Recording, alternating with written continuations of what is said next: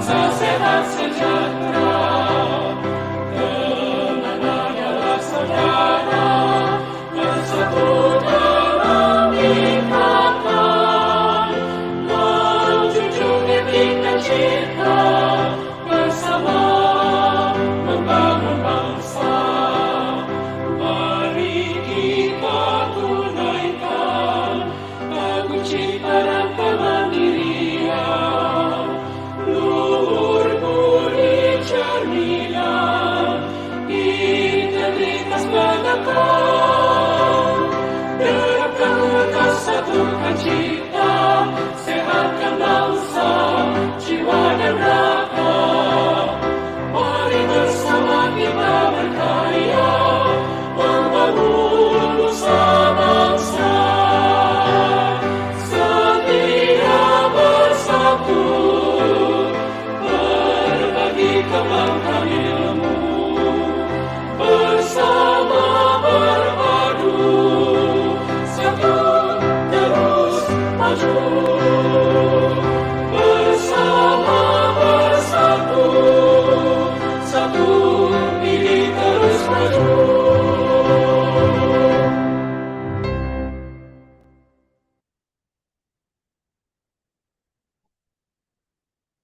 Selamat sore, sahabat sekalian. Assalamualaikum warahmatullahi wabarakatuh. Selamat datang dalam acara New Dolan, diskusi online mingguan seri ke-137 yang diselenggarakan oleh ID Cabang Surabaya. Senang sekali saya Dr. Alfian Arifin Saibo, SPDVE, yang akan bertindak sebagai moderator pada sore hari ini, tepatnya pada tanggal 23 Februari 2026. Topik kita hari ini sangat relevan dengan praktik sehari-hari bagi para dokter umum, yaitu Skin Eczema Disease, Dealing in Diagnosis and Preventing the Recurrence.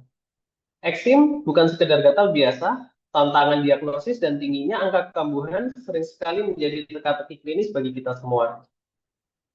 Hari ini kita sangat beruntung karena telah hadir dua pakar yang akan mengupas tuntas topik ini dari dua sudut pandang yang berbeda.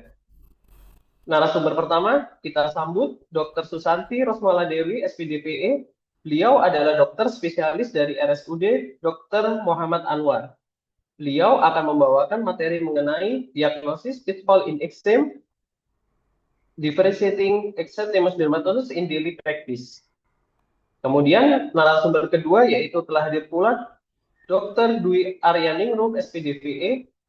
Beliau bekerja di RSUD Dr. Slamet Marto Dirjo. Beliau akan membahas sisi preventif melalui materi Preventing Eczema Recurrence Beyond Symptom Control. Terima kasih dokter sudah menyempatkan waktu di sela kesibukan praktiknya.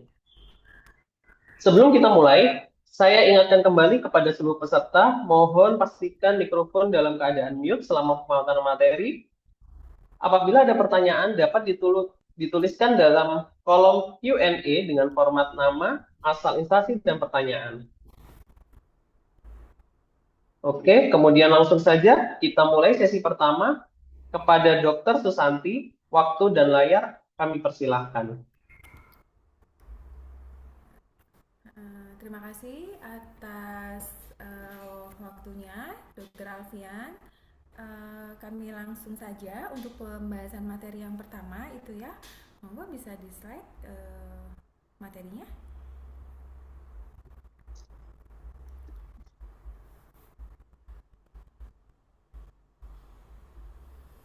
Oke, kali ini kami akan membahas tentang diagnostic pitfall. Jadi kita tahu bahwa dermatitis atopi ini adalah suatu bentuk spesifik dari dermatitis yang merupakan penyakit kulit inflamasi yang kronis. Jadi memang dia itu adalah peradangan kronis. Etiologinya sebenarnya ada dua, yaitu interaksi adanya antara faktor genetik dengan lingkungan. Dan DA ini bisa terjadi dari fase anak-anak maupun dewasa. Kemudian dermatitis atopik ini memiliki gejala yang mana ciri khasnya yaitu adalah gatal seperti itu, pruritus. Slide. Dermatitis atopi ini tadi sudah saya sebutkan, jadi yang harus diingat yaitu penyakit kulit inflamasi kronis dan dia berulang, jadi residif gitu ya, ditandai oleh pruritus intens, lesinya itu bercaknya berupa eksetematosa, serta perjalanan penyakitnya yang kambuh-kambuhan dengan fase eksaserbasi dan remisi yang didasari faktor lingkungan dan herediter. Jadi etiologinya kalau dari faktor herediter biasanya ada kelainan genetik gitu ya, ada riwayat atopi gitu dalam keluarga maupun adanya mutasi dari gen dari filaggrin. Sedangkan kalau dysregulasi sistem imun yaitu T helper 2 dan disfungsi dari sawar kulitnya yaitu penurunan dari natural moisturizing factor. Sedangkan faktor risiko yang lain dari gaya hidupnya, lifestyle-nya gitu ya, ada paparan alergen maupun iritan. Faktor psikis juga sangat berpengaruh, faktor iklim atau cuaca dan adanya faktor infeksi dari Staphylococcus aureus. Ini prevalensi DA-nya ini biasanya meningkat selama 30 tahun terakhir, biasanya meningkat 2% pada orang dewasa dan ada anak-anak lebih dominan tinggi 20%. Kalau di Brazil, Mara dan kawan-kawan ini pada penelitiannya ternyata prevalensi anak-anak itu sekitar 15% dan pada orang dewasa 5%. Sedangkan kalau di Afrika dan Asia ternyata didominasi oleh orang yang dewasa pada DA. Sedangkan pada di Indonesia sendiri, di sini pada penelitian Lili Legiawati pada tahun 2011-2015 ternyata malah insidensi dari DA ini kebanyakan malah usia geriatri yaitu kelompok umur 60 sampai 69 tahun, yaitu didominasi lebih tinggi perempuan daripada laki-laki. Slide. Ini tadi yang harus kita tanamkan ada faktor dari endogen maupun eksogen ya. Jadi faktor genetiknya, ada kerusakan skin barrier kulitnya maupun dari sistem imun kulit sendiri.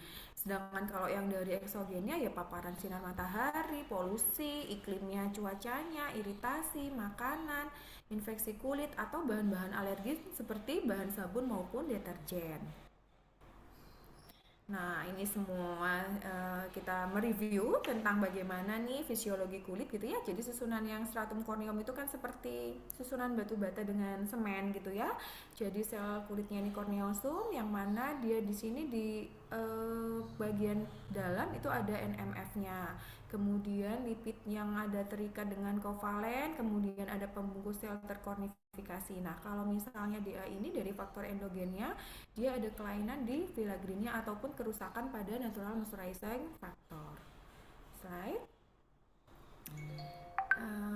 Ini jadi faktornya dalam DA. Slide-nya lanjut. Ada interaksi antara slide. Ada disfungsi dari imun gitu ya, ada dari faktor lingkungan, kemudian ada kerusakan dari epidermal skin barrier kita dan maupun ada ada keterlibatan dari genetik. Slide. Ini patogenasanya tadi ya, kombinasi faktor genetik dan lingkungan, kemudian ada paparan polusi dan kondisi iklim gitu ya. Perbedaan lingkungan pedesaan misalnya, terus lifestyle-nya dia misalnya, serta faktor psikologis seperti stres akut. Jadi sebenarnya ada dua hipotesa, yaitu ada hipotesa outside in sama hipotesa inside out gitu ya. Jadi kalau hipotesa outside in ini awalnya itu defek primernya itu pada kerusakan sawar kulit kita. Jadi ada kerusakan dari mutasi dari gen filagrin, kemudian akhirnya mengganggu dari fungsi epidermis, akhirnya akan terpenetrasi alergen gitu ya dari luar, akan memicu aktivasi imun kulit yang akhirnya akan terjadi suatu peradangan. Sedangkan kalau hipotesa inside out gitu, dia aktivasinya awalnya di imun primer atau imunitas yang tipe 2. Jadi T helper 2-nya dia teraktivasi gitu ya dengan sitokin utamanya mengeluarkan interleukin seperti itu, kemudian akhirnya memicu suatu inflamasi, kemudian terjadi gangguan skin barriernya dan akhirnya terjadi gatal. Apalagi sih ya kalau udah kronis siklus gatal garuk ini serta keterlibatan neuron sensorik ini nantinya akan memperberat si penyakit dari DA ini sendiri. Slide. Ini jadi biasanya ada siklus kaskade dari inflamasi dari DA, yaitu siklus gatal garuk gitu ya. Slide. Jadi awalnya pasien akan scratching nih, menggaruk gitu ya, dan akhirnya memicu untuk sel keratinosit ini mengeluarkan suatu sitokain maupun kemokain gitu ya. Kemudian nanti akan mengaktifasi APC gitu ya, akhirnya nantinya akan meningkatkan inflamasi. Nah, kalau ini terus berulang nanti akan menyebabkan gatalnya itu secara kronis, akhirnya berjalan kaskade begini terus gitu. Slide. Jadi yang tadi ada, ingat ada mutasi filaggrin, ada kerusakan sawar kulit gitu ya. Suaranya kecil, maaf. Sudah besar kan? Sudah sangat.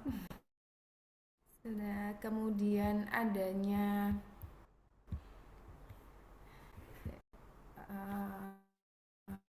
siklus gatal garuk dan adanya interaksi dari Staphylococcus aureus.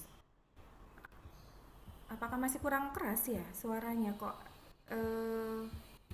Sudah maksimal ini?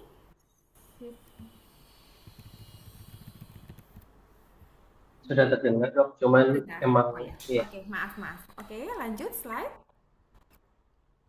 Nah, ini tadi secara gambarannya gitu ya. Jadi ada keterlibatan, ada defek dari sistem imun kita ya, baik yang imun, yang adaptif gitu ya. Kemudian ada kerusakan barrier kulit gitu ya. Kemudian nanti ada meningkatkan TWL kita, sehingga akan biasanya kalau dia kambuh, kalau misalnya sering berkeringat, psikis, kemudian mandi terlalu air panas gitu ya, akhirnya akan membuat kulit itu semakin serosis. Kemudian ada juga nanti ada keterlibatan itu yang nanti akan menyebabkan gatal gitu ya. Kemudian kalau misalnya terus menerus nanti akan ya ini akan, kalau akut dia nanti akan epidermis, pada lapisan dermis terdapat inflamasi, akhirnya merah. Kalau kronis karena garukan terus menerus akan terjadi penebalan atau likenifikasi dan akhirnya terbentuk suatu plak gitu. Ini bisa dibaca kalau misalnya dia ada disregulasi imun gitu ya, akan meningkatkan T helper 2 maupun imunoglobulin E, akhirnya nanti akan terjadi spongiosis, di mana nanti akan terbentuk vesikel maupun papul-papul, biasanya pada pada saat dia yang fase akut gitu ya. Kalau sudah lama gitu ya, pecah gitu ya, bisa menjadi oozing, basah gitu ya, terus terbentuk dengan keropeng-keropeng atau krusta dan akhirnya akan bersisi seperti itu. Slide. Nah, ternyata dermatitis atopi ini bisa terjadi pada saat bayi, infan maupun sampai dewasa gitu ya. Ternyata ada beberapa penelitian nih, ternyata dia itu akan resolve gitu ya 35,1%, dan dia 43% akan berkembang menjadi asma, sedangkan 45% akan menyebabkan dari rinitis alergika. Ada juga resiko untuk menjadi asma, ini biasanya ada riwayat misalnya orang tuanya memang mempunyai bakat dermatitis atopi. Jadi istilahnya adalah atopi March gitu. Slide. Nah, ini sekarang kita berlanjut ya, apa yang kita temukan pada orang dengan dermatitis atopi. Biasanya ada stadium-stadiumnya gitu ya. Kita bisa lihat nih, oh dia lagi fase akut nih, lagi baru kambuh-kambuhnya, ataupun dia sudah berlangsung terus flare, akhirnya menjadi kronis. Jadi kalau akut kita tahu gitu ya, biasanya bercaknya itu disertai dengan adanya suatu erosi gitu ya, ada luka gitu, kemudian ada eksudat yang serus gitu ya, terus gatal, ada papul-papul, beruntus-beruntus, maupun ada vesikel-vesikel gitu ya, dengan dasarnya di bawahnya yaitu eritem. Kemudian kalau subakut biasanya dia mulai nih, karena agak lama sering tergaruk, akan terbentuk suatu squama atau scaling maupun ada bercak plak gitu. Sedangkan kalau kronik ya kita terjadi penebalan atau likenifikasi nih gitu ya. Terus ada perubahan warna nih, karena dia tergaruk ya kan, melaninnya akan terbentuk di area sana, akhirnya biasanya cenderung lebih gelap. Slide. Ini juga tergantung dari usianya. Jadi memang atopik dermatitis ini ada 3, yaitu ya pada fase infan biasanya ada keterlibatannya di cheek, di pipi, di kepala gitu ya, maupun biasanya lebih diffuse dan pada area-area popok itu juga sering terjadi. Kalau anak-anak biasanya usia 2 sampai 12 tahun itu ya biasanya di area lipatan, dan pada untuk usia dewasa biasanya lebih dominan dan sering terjadi lichenifikasi. Slide.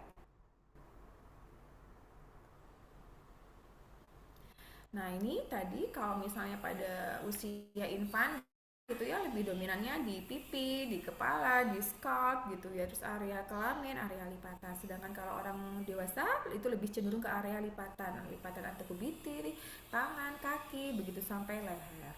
Slide. Jadi ini dengan gejala keluhannya ya biasanya kering, gatal, kulitnya kering ya, bersisik gitu ya. Terus ada squamanya, bengkak, kadang oozing. Oozing ini basah karena biasanya fase akut sering tergaruk maupun termanipulasi dengan adanya penetrasi Staphylococcus aureus, jadinya airnya basah seperti itu. Kemudian visura gitu ya, dan kemudian terdapat papul, eritem, ekskoriasi maupun akhirnya yaitu terjadi penebalan. Slide. Ya, itu gambar-gambarnya bisa dilihat. Jadi kita tetap ya diagnosisnya itu ditegakkan, kita anamnesa dulu, kita lihat dulu bentukan gambaran klinisnya itu seperti apa, terus apakah ada tanda-tanda klinis yang menyertai gitu ya. Kemudian nanti ada diagnosisnya itu kalau kita termasuk dari kriteria Hanifin and Rajka biasa kita diagnosis dengan DA. Kemudian ini bisa dilihat juga adanya tanda klinisnya itu biasanya ruamnya eksematos gitu ya, di flexor maupun extensor. Kemudian gatal. Ingat tadi kalau dermatitis atopi keluhan awalnya yaitu sangat itchy, sangat gatal. Kemudian kulitnya kering gitu ya, kadang bengkak dan kadang disertai dengan eksudasi.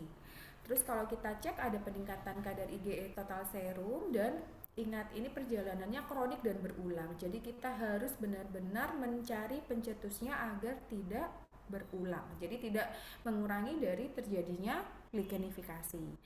Maupun kita tanya juga nih apakah ada keluarganya yang punya keterlibatan dermatitis atopi juga. Slide.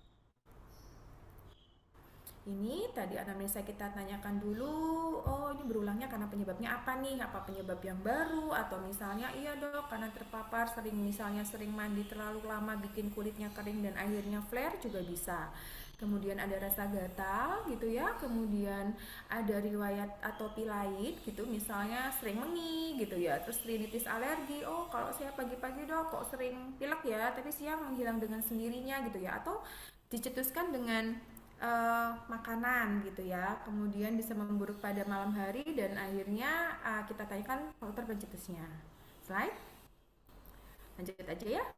Agak cepat, ini tadi sudah saya sebutkan ya, kalau bentuk infantil banyak didominasi predileksinya di area cheek seperti itu ya. Kalau pada anak-anak biasanya dominan ke fleksura begitu, dan pada bentuk dewasa biasanya area lipatan, leher, badan bagian atas maupun ekstremitas biasanya sudah lichenifikasi maupun bersisik. Slide. Ini kriterianya Hanifin and Rajka gitu ya. Jadi kriterianya dia tegak yaitu 3 kriteria mayor dengan 3 kriteria minor gitu ya. Ada gatal, ada tipe morfologinya, terus kronik berulang maupun ada riwayat alergi di keluarganya. Sedangkan kalau yang minor bisa serosis, kulitnya kering gitu ya. Kemudian ada peningkatan IgE, facial pallor, pityriasis alba, kemudian ada course influence by ada dicetuskan oleh faktor yang dari luar atau psikis. Slide. Jadi dia tegak kalau 3 mayor dan 3 minor. Slide. Ini tadi ya contohnya kalau minor kriteria ada colitis nih, ada alergi Sinner, Denny Morgan, pit alba, peripheral excitation maupun white demographism. Slide. Jadi pemeriksaan penunjangnya bisa kita tadi IgE spesifik atau total maupun skin prick test. Jadi tes uji kulit gitu ya. Slide. Jadi kita cungkit biasanya di area tangan gitu ya, kita kasih bahan alergen, kita tunggu dan nanti 15-20 menit, terus nanti yang akan terjadi wheal atau urtika berarti dia dominan untuk menjadi alergi terhadap bahan tersebut. Slide.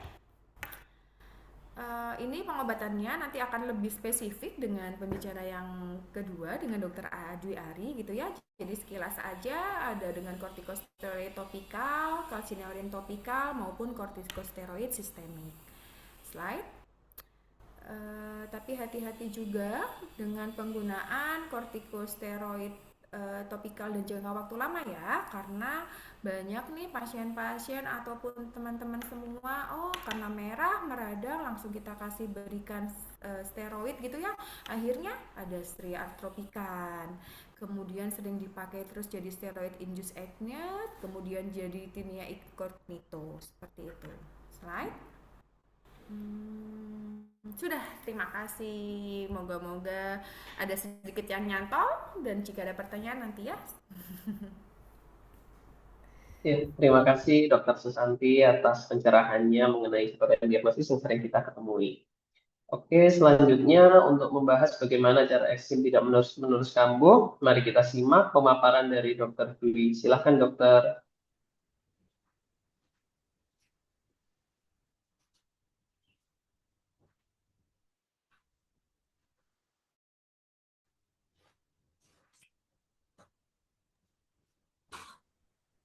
Dokter Dwi, silahkan dok.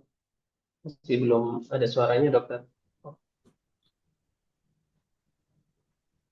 mungkin Ya, dari sebentar. para. Iya, masih. Ya, ya. Baik.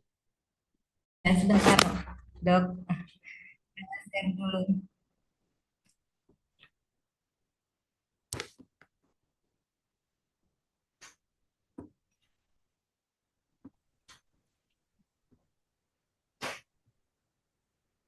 Sambil menunggu Dokter Dwi, mungkin dari teman-teman yang ingin bertanya bisa Kok menuliskan nggak pada bisa? kolom Q&A.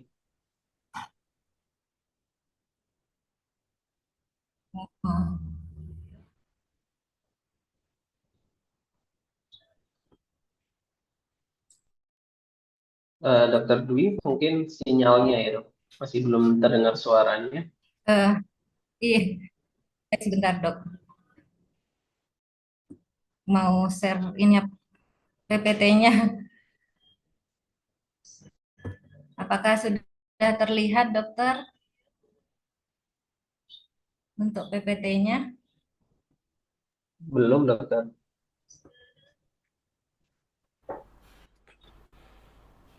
Mohon maaf, dok, ini.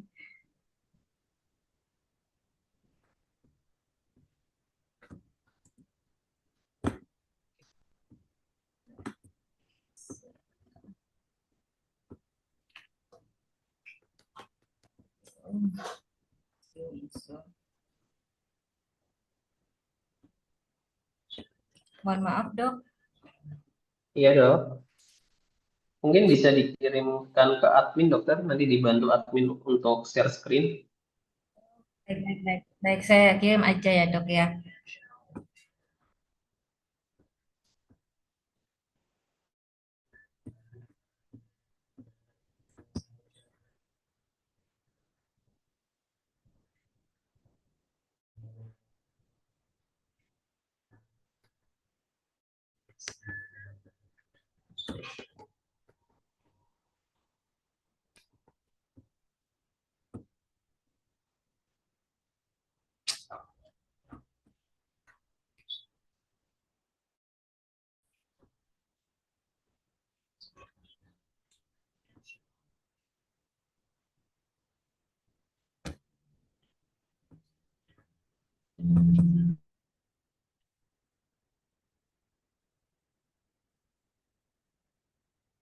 Apakah sinyal di sana lagi nge-freeze ya dok ya? Apakah sinyalnya lagi hujan dok mungkin? Dokter Dwi. Oke, sambil menunggu Dokter Dwi, mungkin dari teman-teman yang ada pertanyaan bisa dituliskan dalam kolom Q&A.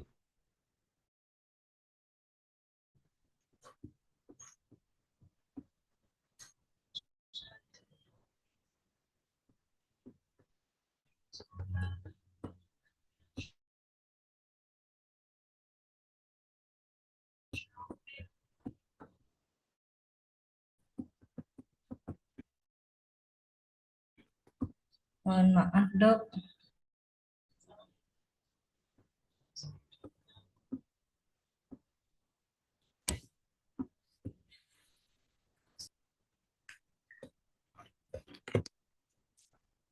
Ya, sinyal, mohon maaf dok, sinyalnya lagi.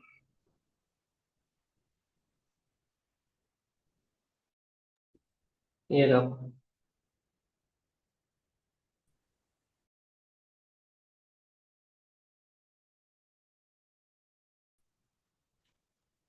Mungkin Dokter Susanti sambil menunggu Dokter Dwi, mungkin kita sharing sedikit ya dok. Oke. Untuk di praktek sehari-hari dok, biasanya kan kita sering sekali tuh pasien datang dengan kondisi lesi yang sudah kotok karena digaruk atau sudah diobati sendiri dengan berbagai macam salep. Ya. Itu bagaimana dok tipsnya bagi dokter umum untuk melakukan backtracking agar diagnosis eksimnya tetap akurat meskipun manifestasi klinis aslinya sudah berubah dok. Oke, oke.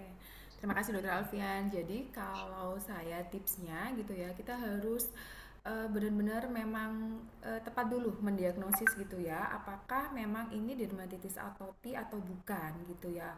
Karena memang banyak yang sudah datang ke praktek sehari-hari itu sudah termanipulasi gitu ya, udah diolesin macem-macem bla bla bla seperti itu. Baik membaik dok, tapi nanti nggak berapa lama kemudian dia akan kambuh lagi begitu ya. Jadi kalau memang dia benar-benar dermatitis atopi, kita setelah memang dia diagnosisnya memang oh ini area lipatan, sering kambuh-kambuhan dan gatal, kita harus tahu nih faktor pencetusnya apa. Karena kalau enggak tiap kali datang ke kita tapi kita tidak mencari apa faktor pencetusnya, akhirnya apa yo kalau orang kayak saya domisilinya di Madura nih kayak wis larang-larang mahal-mahal dicerewetin dengan dokternya gitu ya, tapi kok nggak sembuh-sembuh begitu. Jadi biasanya kita harus cari faktor pencetusnya. Jadi kita harus benar-benar apakah dia menggunakan pelembab gitu ya, karena memang cenderung orang yang mempunyai dermatitis atopi itu pasti serotik ya, kering gitu ya. Jadi pelembab itu memang harus wajib begitu, fardu ain. Dan kita harus cari juga pelembab itu memang yang hipoalergi, memang pemakaiannya itu habis mandi kita Eh, langsung oleskan tapi seperti kalau itu. seperti Karena itu kalau saya misalnya salah nggak pemakaiannya juga, akhirnya yang ada pelembabnya cepat habis tapi tidak perbaikan gitu. Kemudian misalnya ada faktor-faktor pencetus yang lain ya, biasanya infeksi yang sering diremehkan. Infeksi itu biasanya kalau orang dewasa mah gigi lubang seperti itu, ataupun misalnya dia faktor psikis, anaknya sakit atau apa, akhirnya terjadi lichen nebel lagi dok, digaruk-digaruk seperti itu gitu. Jadi kalau tipsnya saya sih memang benar-benar kita selain memberikan edukasi, faktor pencetus itu harus kita benar-benar cari, karena kalau tidak akhirnya akan relapse kambuh-kambuh lagi. Padahal pengobatannya sebenarnya kita dari luar gitu ya, dokter itu mengobatinya dari luar, tapi faktor endogennya dia juga harus kita eliminir. Kalau enggak sih ya udah akan berulang terus menerus seperti itu. Baik dok. Dokter Dwi, apakah sudah ada sinyalnya? Nih sudah ada sinyal nih, udah ada itu, udah ada powerpointnya. Bismillah. Sekarang dokter Dwi nya hilang.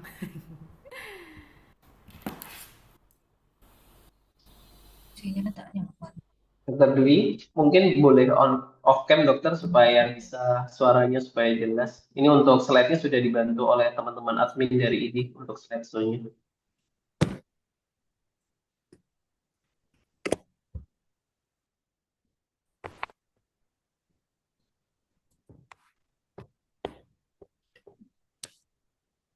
Dokter Dwi,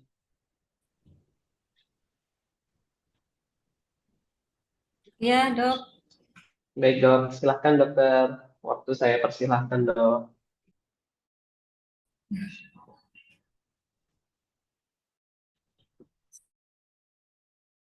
bentar dok, di saya tidak tidak muncul ini ininya. Sepertinya sinyalnya.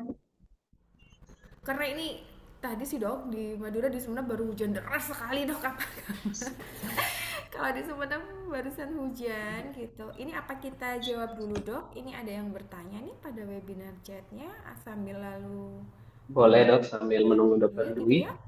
Hmm. Ya ini dari Dokter Ayu gitu ya. Bagaimana nih cara membedakan lesi dermatitis dengan yang disebabkan oleh jamur? Oke, jadi kalau jamur itu kan tinea seperti itu ya, entah tinea corporis gitu ya. Entah kalau tinea corporis berarti kita harus tahu nih satu, dia area terkenanya di area mana. Misalnya kalau area lipatan seperti itu ya, ya boleh kita DD dengan jamur. Tapi kita harus tahu bercaknya, lesinya gitu ya, wujud kelainan kulitnya seperti apa.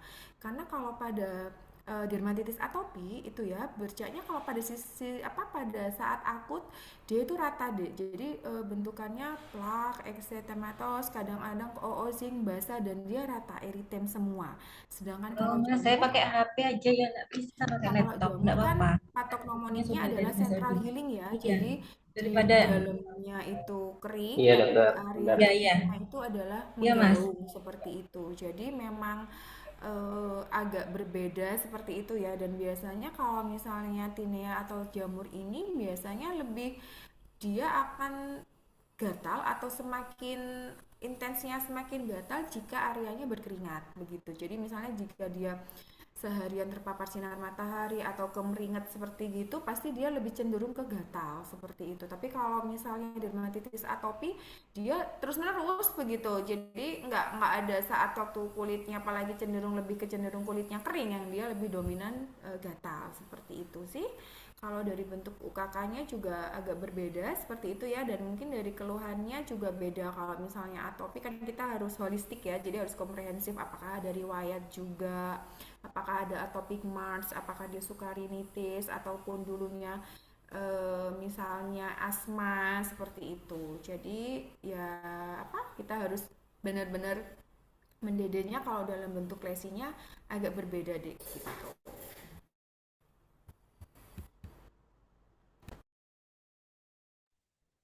Dokter Dwi, apakah Dokter kelempar sepertinya dokter Dwi? Dwi-nya.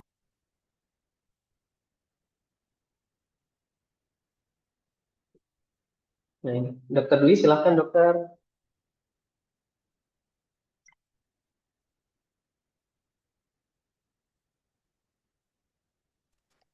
Mohon maaf dokter, ini koneksinya yang ini. Baik dok, silahkan monggo. Mohon maaf dok atas keterlambatannya. Eh, Terima kasih. Sekarang saya akan membahas bagaimana cara mencegah kekambuhan pada eksim itu sendiri, yaitu bagaimana lebih dominan ke bagaimana mengontrol dari gejala yang muncul. Slide, slide. Untuk penata laksanaan ectopic exam sendiri ada 5 pilar yang harus kita perhatikan. Yang pertama edukasi, yang kedua identifikasi dan menghindari faktor pencetus serta modifikasi gaya hidup. Yang ketiga memperbaiki, mempertahankan dan memulihkan fungsi sawar kulit dengan pelembab. Yang nomor 4 menghilangkan inflamasi pada kulit. Yang kelima mengendalikan dan mengeliminasi siklus gatal garuk. Untuk edukasi sendiri perlu disampaikan edukasi kepada pasien sendiri, yang kedua kepada keluarga pasien, yang ketiga kepada pengasuh atau pendamping. Edukasi bisa meliputi sifat kronis dari penyakit eksim itu sendiri. Yang kedua, kepatuhan berkelanjutan dari pemakaian pelembab atau jika dibutuhkan untuk pemakaian kortikosteroid tadi dan terapi topikal yang digunakan. Slide. Yang untuk edukasi sendiri penting adanya edukasi tentang perawatan kulit pada pasien tersebut. Yang pertama, edukasi tentang mandi. Mandi itu dianjurkan 1 sampai 2 kali sehari menggunakan air hangat, gunanya untuk melembabkan dan membersihkan kulit, membantu debridemen kulit yang terinfeksi, dan meningkatkan penetrasi terapi topikal. Yang kedua yaitu penggunaan pelembab atau emulyan, yaitu mengendalikan flare up dan mengurangi rasa gatal dan kekeringan, serta mengurangi kebutuhan akan steroid topikal. Untuk pilar yang kedua yang harus kita perhatikan yaitu identifikasi dan menghindari faktor pencetus serta modifikasi gaya hidup.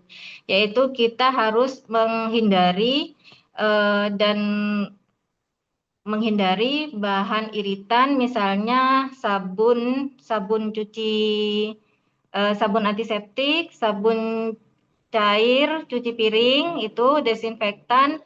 Untuk bahan alergen sendiri yang biasa dihindari yaitu seperti debu, tungau, terus kosmetik, atau obat topikal yang sering digunakan itu sendiri. Slide. Untuk penghindaran jenis makanan tertentu hanya dianjurkan apabila sudah terbukti adanya sensitisasi yang relevan dan spesifik terhadap alergen makanan tersebut. Slide. Untuk pilar yang ketiga yaitu yang harus kita perhatikan yaitu memperbaiki, mempertahankan, dan memulihkan fungsi sawar kulit. Itu kita gunakan pelembab. Pelembab sendiri bertujuan untuk memperbaiki sawar kulit yang pertama, yang kedua mempertahankan integritas dan penampilan kulit, mempertahankan hidrasi kulit, sehingga menurunkan transepidermal water loss, yang terakhir mengembalikan kemampuan sawar lipid yaitu menarik, menahan, dan mendistribusikan air. Untuk pilar yang keempat, ada antiinflamasi topikal yang harus kita gunakan. Jika eksim tersebut dalam keadaan akut, pengobatan utama ini bekerja melalui tindakan antiinflamasi dan imunosupresif. Kortikosteroid topikal ini dibagi berdasarkan potensi dari ringan sampai superpoten. Krim kortikosteroid ringan bisa digunakan untuk anak-anak dan pada area yang sensitif, misalnya pada wajah dan pada selangkangan. Untuk yang kedua, antiinflamasi topikal yang bisa digunakan yaitu inhibitor calcineurin topikal, yaitu tacrolimus dan pimecrolimus. Untuk tacrolimus sendiri, ini biasanya digunakan yang 0,01%, digunakan untuk pengobatan jangka panjang atopic dermatitis sedang dan berat pada anak dan orang dewasa. Untuk pimecrolimus sendiri 1% efektif dan aman untuk atopic dermatitis yang ringan hingga sedang pada dewasa dan anak-anak umur lebih dari 2 tahun. Slide.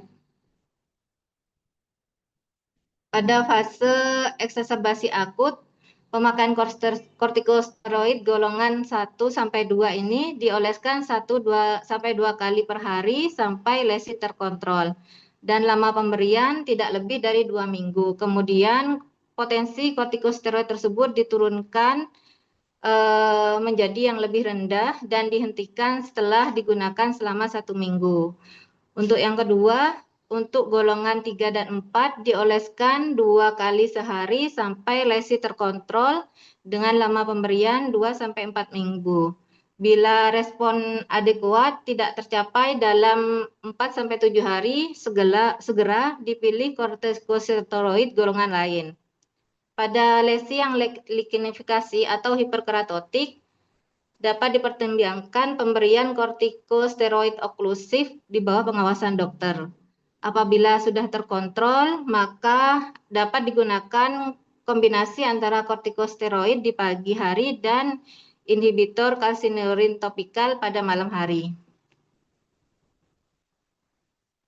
Pada fase pemeliharaan, diharapkan kortikosteroid topikal ini dihentikan dan terapi proaktif atau weekend terapi, yaitu diberikan kortikosteroid intermittent dioleskan sebanyak 1-2 kali seminggu pada area yang sering kambuh atau hotspot untuk mencegah kekambuhan.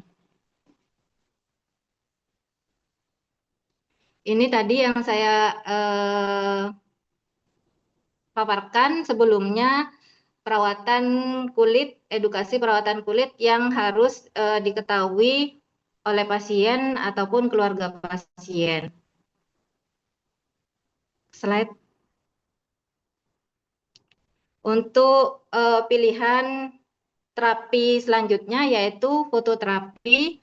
Untuk fototerapi ini radiasi UV yang bertindak sebagai antimikroba dan mengurangi kolonisasi dari Staphylococcus aureus pada kulit.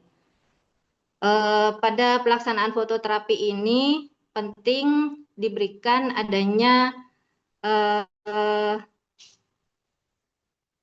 untuk pada saat fototerapi ini digunakan untuk penyembuhan lesi atopik selama penting diberikan adanya vitamin D oral.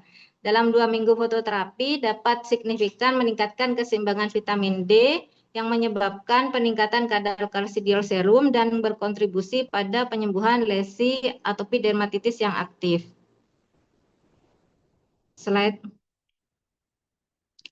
Untuk pengobatan infeksi kulit sendiri bisa kita berikan antibiotik topikal yaitu mupirocin atau asam fusidat dan gentamisin. Bila terjadi infeksi kulit pada dermatitis atropi, tidak jarang akan timbul adanya infeksi sekunder yang bisa menyebabkan komplikasi, yaitu adanya infeksi dari bakteri Staphylococcus aureus, adanya infeksi virus dan jamur. Untuk terapinya, jadi dikondisikan dengan penyebab dari komplikasi sekunder, infeksi sekunder tersebut. Jika itu karena infeksi bakteri, maka bisa diberikan antibiotik berupa golongan cefalosporin, doxycycline, atau cotrimoxazole. Bila ada keterlibatan virus di situ, bisa diberikan acyclovir. Bila ada diberikan anti jamur bila ada keterlibatan infeksi jamur. Dan untuk pengobatan yang ketiga yang terakhir yaitu dengan memutus siklus gatal garus, yaitu dengan memberikan antihistamin. Bisa diberikan antihistamin golongan 1 atau 2. Antihistamin golongan 1 Antihistamin 1 dan antihistamin 2 dapat digunakan secara intermittent atau jangka pendek. Sedangkan antihistamin 1 yang bersifat sedatif digunakan dalam jangka waktu yang singkat dengan di bawah pengawasan karena gatal biasanya menyebabkan gangguan tidur. Contoh dari antihistamin 1, AH1 ini sendiri yaitu chlorpheniramine, ciproheptadin, difenhidramin, dan hidroxidin. Nah, dengan pemberian AH1 ini diharapkan dapat memberikan manfaat yaitu memperbaiki kualitas tidur dari penderita. Untuk yang AH2 yang non-sedatif diberikan untuk meringankan gejala atopi lainnya, misalnya ada rinitis alergi atau urtikaria yang terjadi bersamaan dengan dermatitis atopi sendiri, yaitu contohnya cetirizine, desloratadin, phenoxyphenadin, levocetirizine, dan loratadin. Slide. Untuk pengobatan secara sistemik sendiri bisa diberikan kortikosteroid sistemik dan obat konvensional berupa siklosporin, azathioprin, ataupun methotrexate. Obat-obat ini biasanya diberikan di PPK 2 dan PPK 3. Slide. Terima kasih. Ya. Oke, terima kasih Dokter Dwi atas pemaparannya. Luar biasa sekali kedua materi tadi. Sekarang kita masuk ke sesi diskusi. Silahkan yang ingin bertanya melalui kolom Q&A atau kolom chat. Oke. Oke, Dok, sambil kita tunggu teman-teman bertanya, mungkin saya ingin bertanya kepada Dokter Dwi dan Dokter Susanti. Kita melihat audiens kita kan mayoritas dokter umum nih, Dok. Apa sih salah satu red flag atau batasan di mana dokter umum harus segera merujuk kasus eksim ini ke dokter spesialis DVI, Dok?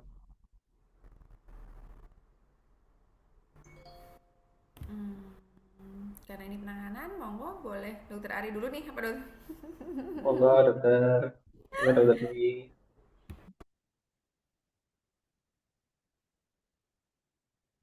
Masih mute, Dok. Dokter Dwi masih mute. Terima kasih Dokter Alfian.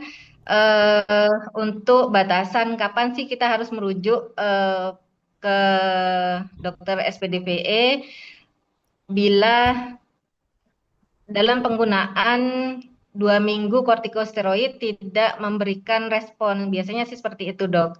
Jadi kalau misalnya dalam klinis nih, Dok, kita sudah ngasih betametason misalnya di puskesmas ya atau di eh, PPK 1 lah istilahnya.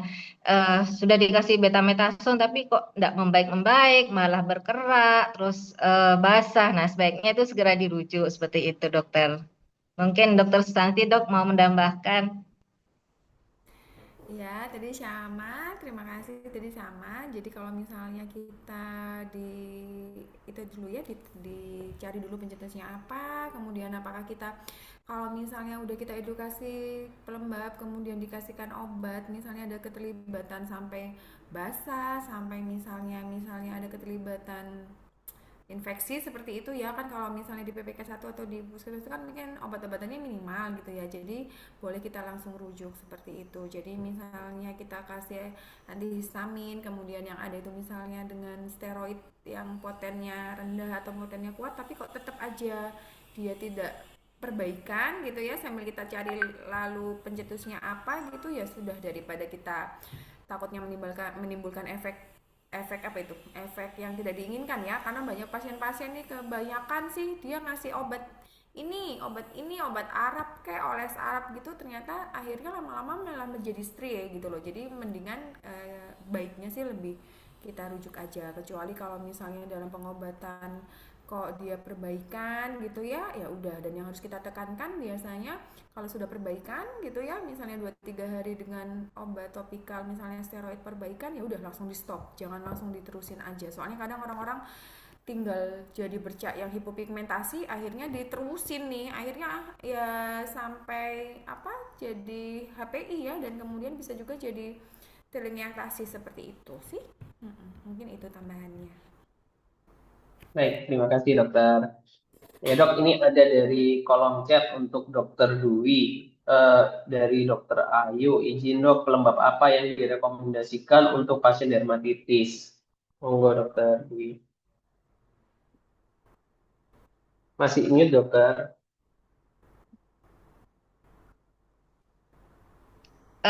Pelembab apa yang direkomendasikan untuk pasien dermatitis atopik ya dok ya untuk khususnya eksem ini. Jadi pelembab yang kita rekomendasikan untuk pasien-pasien dengan eksem ini biasanya yang mengandung dia bersifat humektan, oklusif ataupun dan humektan, oklusif dan satu lagi eh, bersifat Emollient. Emolian, ya.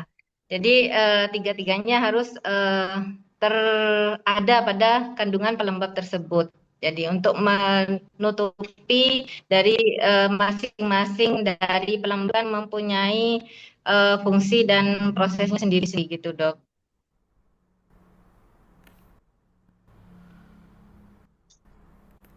Untuk sekarang ada pelembab yang diberikan jadi ditambahkan kayak antipruritus dan antiinflamasi. Mungkin itu juga bisa jadi pilihan dokter untuk pelembab yang digunakan untuk eksim ini.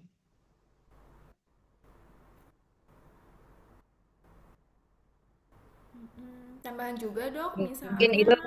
kalau misalnya kulit kering gitu ya, berarti kan dari faktor luarnya gitu ya, mungkin bisa ditambahkan juga dari faktor dalamnya, kita harus tercukupi ya, misalnya lifestyle kita, nutrisinya gimana, misalnya intake cairannya apakah sudah cukup atau tidak, soalnya kan semakin lama misalnya pada pasien-pasien geriatri atau pada pasien yang usia tua itu kan NF-nya sudah berkurang ya, moisturizer-nya sudah berkurang. Jadi selain dari luar kita berikan pelembab, juga jangan lupa kita edukasi untuk asupan cairan, kemudian sayur dan buah misalnya juga harus tercukupi. Jadi sehingga ya kompleks gitu ya, dari luar iya, dari dalam iya gitu sih.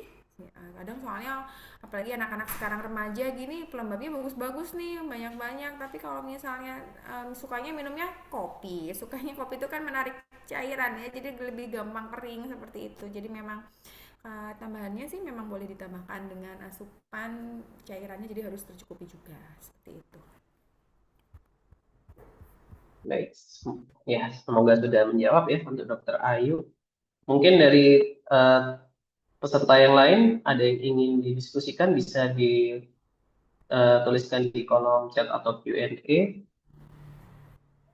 Oke. Hmm. Oke, sambil menunggu peserta yang lain, dokter, mungkin saya ingin menanyakan ke dokter Dwi lagi.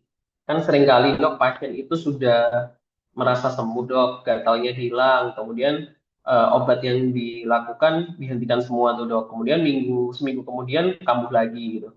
Bagaimana sih dok cara dokter biasanya selama praktek ini memberikan edukasi yang ngena gitu dok. Jadi pasien itu mau disiplin untuk menjaga skin barrier meskipun kulitnya sudah baik atau sudah mulus dok.